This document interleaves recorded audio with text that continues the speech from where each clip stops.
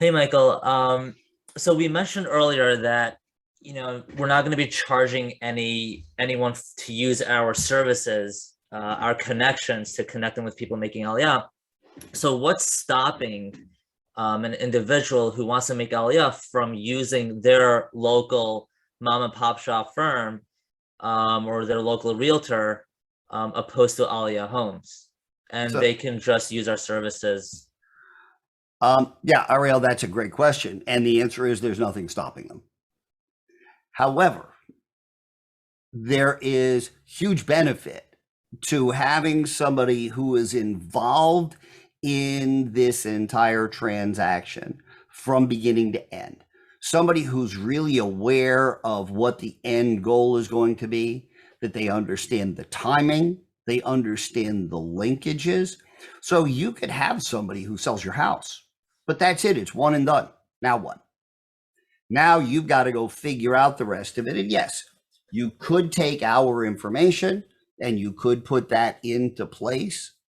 And yet, if you're not working with us at the beginning and you're not part of the system, falling into that process, that whole system, then there's an opportunity for things to get missed. And I would hate to see somebody miss a critical point because they were working with us, but we weren't involved at all phases, right? We missed the beginning phase. We weren't involved in something good, that there's the possibility that something could get skipped just because the other agent wasn't fully aware. And it's a lot like when in organizations, right? You hire people, you train them, they go get a new job. Well, that's okay. You want the best for them, and we want the best for anybody that works with us. Yet we think that they will be better off. We believe they will be better off if they work with us from beginning to end, so we can help them identify where they're going, what the timeline looks like, so we can align the process in the sale of their home with that, so that they match up rather than having a gap and saying, all right, now I'm done. Now what? What's next? Or that, and there's a piece missing. So you get a better service when you go from beginning to end.